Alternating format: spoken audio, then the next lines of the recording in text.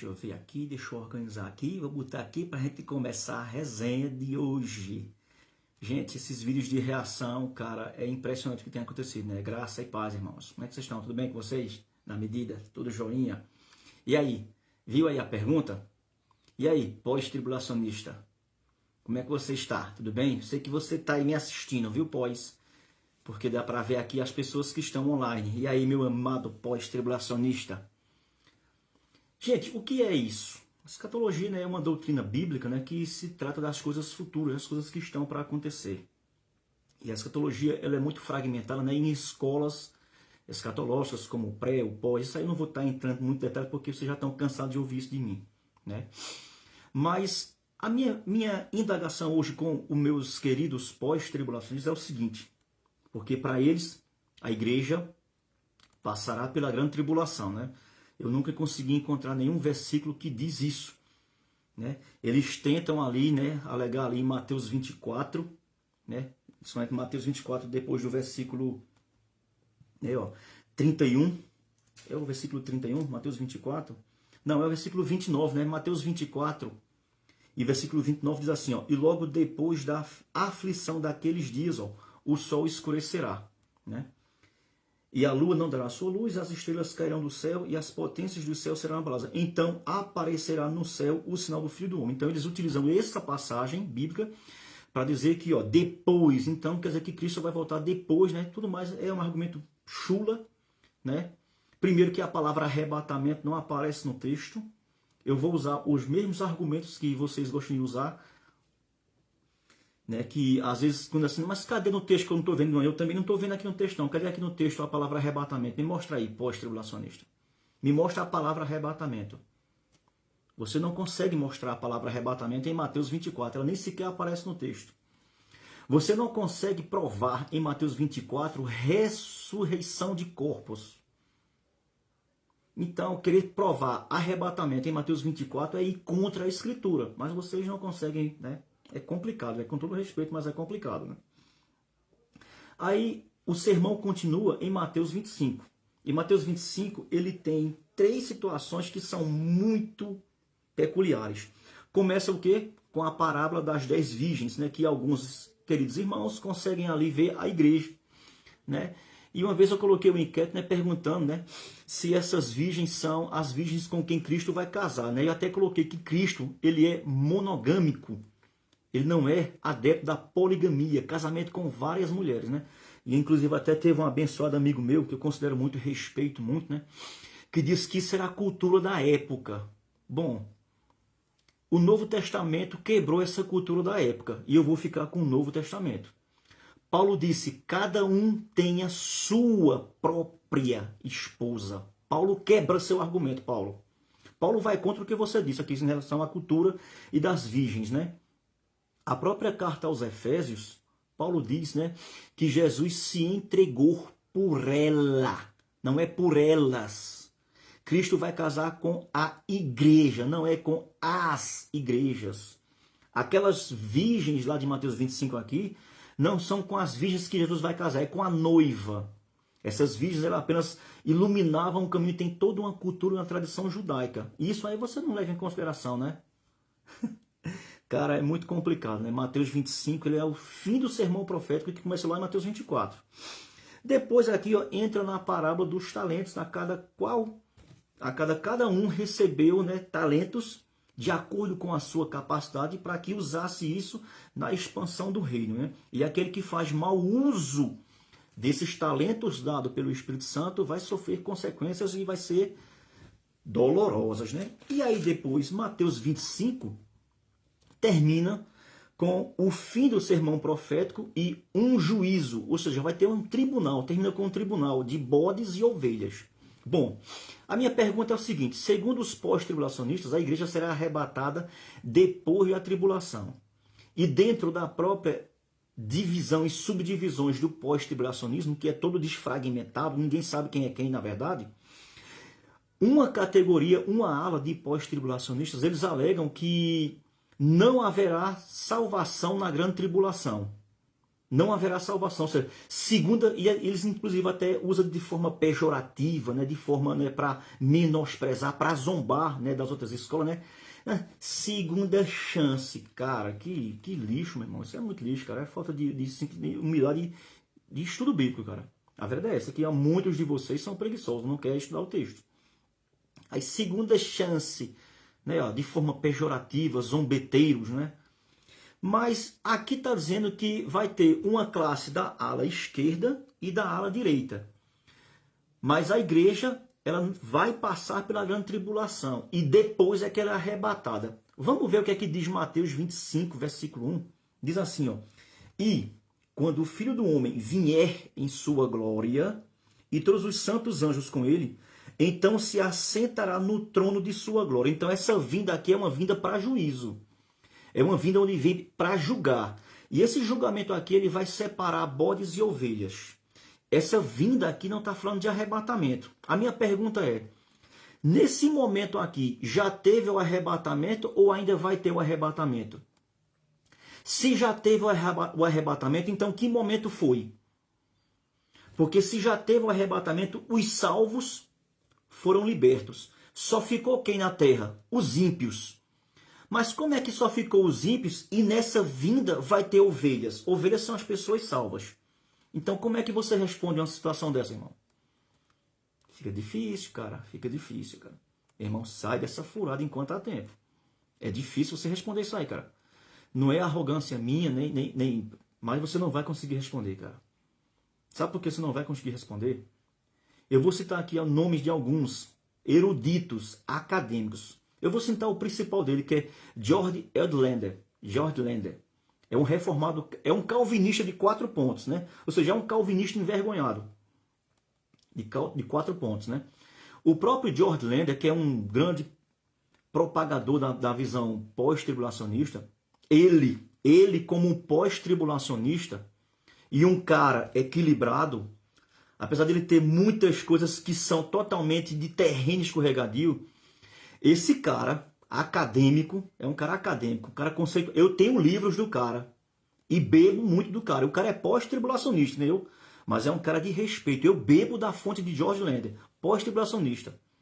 Mas George Lander, ele diz que essa situação aqui é uma situação que é impossível o pós-tribulacionismo responder. E agora? Você sabia disso? Você não sabia disso? Você não lê, cara. Você não pesquisa. Me desculpe aqui a minha colocação, pode ser um pouco agressiva e tal, mas, cara, eu pesquiso, eu estudo bastante, cara, eu leio bastante, né? Pode não parecer, mas eu faço isso. Quem me conhece sabe, muitos aqui, irmãos aqui estão aqui, já viram, já minha biblioteca em casa, cara, eu estou sempre consultando. Olha o que é que eu estou lendo hoje em dia. Olha, Teologia Sistemática desse liberalista aqui, ó, Charles Finney. Esse cara aqui é um teólogo liberal. Meu irmão, se você vê as heresias que esse cara aqui diz, olha, eu estou lendo isso aqui, ó, e olha só, CPAD, é da CPAD, ó, publica um negócio desse aqui, cara, Charles Finney. Esse cara aqui é um teólogo liberal. Olha o que é que eu leio, cara, eu busco conhecimento, meu irmão. Eu não sou o bambamã, sou não, cara, eu sou um miserável. Mas aqui, e aí, meu querido pós-tribulacionista, a minha pergunta para vocês é essa daqui, ó. Mateus 25 está falando aqui da sua vinda, aqui, ó, ele está vindo. Então, essa vinda aqui é para arrebatar a igreja ou o arrebatamento já aconteceu? E segundo a desfragmentação do pós-tribulacionismo, não haverá salvação na grande tribulação. Então, se não há salvação, quem são essas ovelhas? Como é que você consegue me responder isso? Quem são essas ovelhas que ficaram? É a igreja remanescente? É a igreja que ficou, que não foi arrebatada? Como é que é? Mateus 25, olha o que ele vai dizer, ó. E por versículo 32, ó. E todas as nações serão reunidas diante dele. Todas as nações serão reunidas. Então vai ter gente que vai sobreviver na grande tribulação. Você já parou para ler esse texto, cara, ou não? Olha como é que você vai responder essa outra situação. Lá em Apocalipse diz o seguinte, que quem receber o selo da besta não terá salvação. Ok? Então, quem recebe o selo, aqui ou aqui, não vai ter salvação. Esse já está condenado. Ok? Mas o texto também diz lá que aqueles que não receber serão perseguidos e serão mortos. Ou seja, então não vai sobreviver ninguém, cara. Como é que você explica uma situação dessa? Quem recebe o selo não tem salvação. E quem não recebe é perseguido pela besta e é morto. Ou seja, então não vai sobrar ninguém vivo. Então como é que explica Mateus 25? Ô, meu irmão, pelo amor de Deus, tenha misericórdia. Não venha com essa questão espiritual. Espiritual é uma ova, meu irmão. Espiritual é uma ova, cara. Que conversa fiada é essa? Desculpe aqui minha linguagem aqui meia grosseira, mas eu tenho que... Tem hora que eu me revolto, que eu não aguento isso não, meu irmão. Mateus 25, 33. E porá as ovelhas à sua direita e os bodes à sua esquerda. Então dirá o rei. Quem é esse rei? Cristo, na sua vinda. Aos que estiverem à sua direita, ó, vinde benditos de meu Pai. Para quê? Ó, possuir por herança o reino. É um reino espiritual. Espiritual é uma ova, meu irmão. Ó, que vos está preparado desde a fundação do mundo. Vou perguntar de novo. Aqui, a igreja já foi arrebatada e voltou. Que momento se deu esse arrebatamento? Ou ela ainda vai ser arrebatada depois desse julgamento? E se ela for arrebatada, é para ir para onde? Cara, fica difícil. Não fica difícil você responder algumas perguntas? O próprio George Lander, ele reconhece que na posição pós-tribulacionista a qual ele defende, não existe arrebatamento para o céu. Isso é uma heresia. Isso é desconsiderar João capítulo 14. Vou preparar lugar. E quando preparar, voltarei e vos levarei para que onde eu estejais, vós estejais. A posição pós-tribulacionista desconsidera as palavras de Jesus em João 14. Mas o foco é aqui. Você que frequenta uma igreja que eu frequentei, a qual o pastor lá não tinha a menor qualificação para dar nem sequer uma escola dominical. Ele chamava o outro pastor que tem aqui em Garanhuns, que esse pastor que tem aqui em Garanhuns, ele é o terrorista das igrejas. Ele é o cara que põe terrorismo dentro das igrejas. Ele gosta de chegar nas igrejas e fazer um curso de escatologia por uma semana. E se acha o bambambam. Ele escreveu 2 livros, eu li os 2 livros dele. Cara, eu nunca vi tanta barbaridade junta em um livro só. Tanto contexto descontextualizado, sem hermenêutica, que é de arrepiar até o coração, irmão. É incrível, cara, né? Aí, há muito tempo atrás, há uns 2 anos atrás, teve um pastorzinho aí de Chula, né, que eu coloquei uma postagem, ele veio me ironizar, veio com onde, meu irmão, eu entrei arrebentando esse cara, que eu não tenho medo dele. E olha que eu conheço esse cara de muito, ó. Eu conheço esse cara, esse pastorzinho aí, antes dele ser crente, do exército eu conheço ele. Eu não vou dar aqui o nome por questão de ética, porque gente ruim a gente não dá, não menciona nomes que não vale a pena, né, velho? E ele colocava lá comentários, né, e até falando com outro pastor, a qual eu passei um tempo com ele, né? Aí olha qual foi o argumento desse pastorzinho. Ele disse que fez o curso de uma semana. Aí, ou seja, um curso de uma semana tornou ele apto para defender uma questão tão complexa como essa. Aí queria vir entrar em contenda comigo, que já faz simplesmente já 12 anos que estudo só escatologia, e o cara com um cursinho de uma semana veio querer, cara. Aí eu comecei a botar o texto em grego e ler em grego para ele. Ele se calou na hora. E aí, cara? Gente, Paulo não era nordestino para escrever em português. Paulo escreveu em grego. O idioma grego é riquíssimo, cara.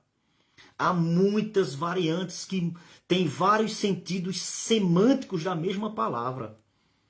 Mas a minha pergunta vai continuar. Mateus 25 é a vinda do Senhor para julgamento. O arrebatamento já teve ou vai ter? Se o arrebatamento já teve, então Jesus está voltando e vai ter essas ovelhas. Quem são essas ovelhas? É a igreja que não foi arrebatada. Como é que você responde isso, cara? Tá vendo que é um terreno escorregadio?